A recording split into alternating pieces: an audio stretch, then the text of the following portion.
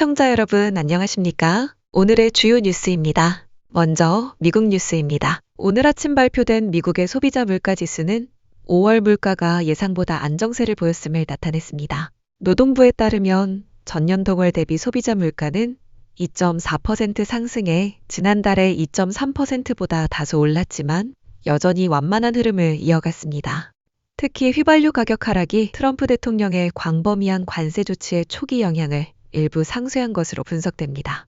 근원 물가는 전달보다 0.1% 오르며 연간 기준 2.8%를 유지해 연준이 주시하는 인플레이션 흐름도 크게 흔들리지 않았습니다.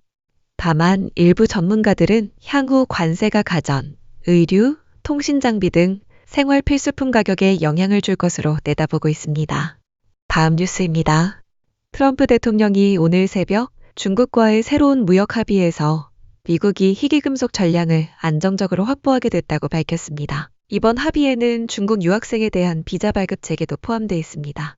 희귀금속은 첨단 기술 산업의 필수적인 자원으로 지난 5월 무역 합의가 무산된 주요 원인이기도 했습니다. 양국은 최근 런던 회담에서 지난 5월 제네바에서의 합의 내용을 실제로 이행하기 위한 틀에 최종 합의한 것으로 전해졌습니다.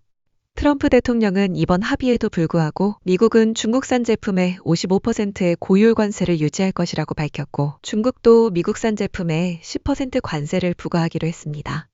양국 정상의 최종 승인만 남은 가운데 무역 갈등이 새로운 국면으로 접어들고 있습니다. 다음 뉴스입니다.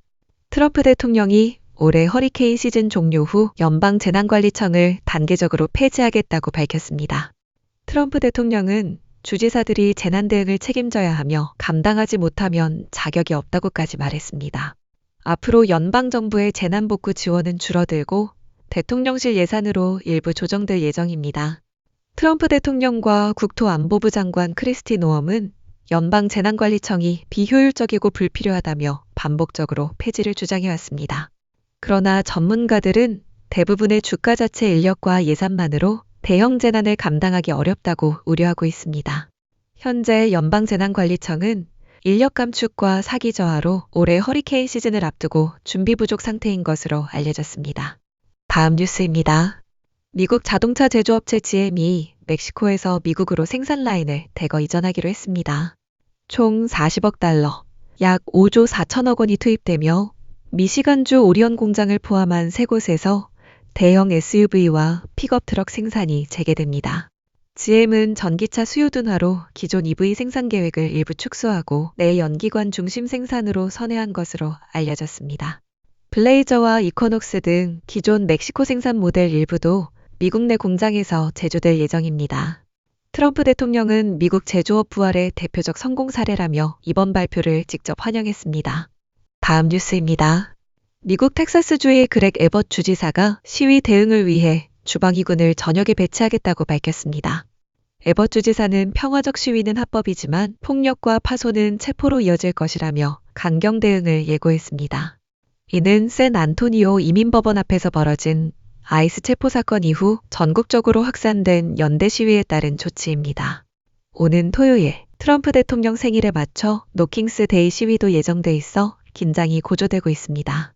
로스앤젤레스에서는 국토안보부의 이민 단속 이후 주방위군 투입과 야간 통행 금지령이 발령되었고 이에 대해 캘리포니아 주정부는 트럼프 대통령을 상대로 소송을 제기했습니다. 트럼프 대통령은 이번 조치를 첫 번째 대응일 뿐이라며 전국적 시위에 강경하게 맞서겠다는 입장을 재확인했습니다. 다음은 한국 뉴스입니다. 이재명 대통령이 오늘 오후 2시부로 군의 대북 확성기 방송 중지를 지시했습니다. 강유정 대통령실 대변인은 한반도 평화와 남북 신뢰 회복을 위한 조치라며 접경 지역 주민의 고통을 덜기 위한 실질적 결정이라고 밝혔습니다. 지난해 윤석열 정부가 북한의 오물살포에 대응해 재개한 확성기 방송은 약 1년 만에 다시 멈추게 됐습니다. 대통령실은 북한과의 사전 협의는 없었으며 중단이 아닌 중지라는 표현을 사용한 것은 상황에 따라 유동적 대응 가능성을 열어둔 것이라고 설명했습니다. 북한이 대남방송을 계속하거나 쓰레기 풍선을 다시 보낼 경우 대응 여부를 묻는 질문에 대통령실 관계자는 이후는 이후의 일이라면서도 지금까지의 과정을 복기해보면 어떤 상황이 올지 예측 가능할 것이라고 밝혔습니다. 다음 뉴스입니다. 더불어민주당 의원들이 오늘 검찰청을 폐지하고 공소청과 중대범죄수사청, 국가수사위원회를 신설하는 검찰개혁 법안을 발의했습니다. 법안을 발의한 김용민, 강준현, 민영배, 장경태, 김문수 의원은 검찰개혁을 더는 미룰 수 없다며 국회에서 공동기자회견을 열었습니다. 이들은 민주당 내 강경 성향의 국회 공정사회 포럼, 이른바 철험회 소속 의원들입니다. 발의된 법안은 행안부 산하, 중대범죄수사청과 법무부 산하, 공소청을 각각 설치하고 국무총리 직속 국가수사위원회를 통해 수사기관 관할과 권한을 조정하는 내용을 담고 있습니다. 민주당 의원들은 검찰청 폐지는 검찰 정상화의 시작이라며 정치적 수사 논란을 해소하고 수사권 기소권 분리를 제도화하겠다고 밝혔습니다. 이번 법안은 정치권의 또 다른 갈등 요인으로 떠오르며 국회 논의 과정에서 여야 간 격돌이 예상됩니다. 다음 뉴스입니다. 더불어민주당이 검찰청을 폐지하고 공소청과 중대범죄수사청 등을 신설하는 내용의 검찰개혁 법안을 발의한 데 대해 국민의힘이 강하게 반발했습니다. 박민영 국민의힘 대변인은 검찰청을 쪼개 수사기관을 더 만드는 무모한 시도라며 법치 붕괴의 서막이라고 비판했습니다. 특히 그는 검수완박 이후 경찰의 과부하와 수사 지연 문제를 언급하며 민주당은 학습 능력이 없는 것이냐고 직격했습니다. 한동훈 전 법무부 장관도 이재명 정부판 문화혁명이라고 표현하며 중국의 검찰 해산 사례를 언급해 강도 높게 비판했습니다. 한 전 장관은 검찰을 두려워하는 정치인들이 오히려 국민의 두려움 대상이라며 시스템 붕괴는 결국 국민에게 피해가 돌아간다고 지적했습니다. 민주당은 법안 취지로 권력기관 분산과 수사권 중립성 강화를 들고 있지만 여야 간 충돌은 불가피할 전망입니다. 다음 뉴스입니다. 현대제철이 철강 수요 침체로 경북 포항 이 공장을 지난 7일부터 전면 휴업에 들어갔습니다. 이 공장은 지난해 폐쇄를 시도했다가 노조 반발로 철회한 뒤 축소 운영돼 왔지만 경기 부진이 이어지자 결국 가동을 멈추게 됐습니다. 현대제철은 향후 가동 재개 여부는 노조와 협의해 결정할 것이라고 밝혔습니다.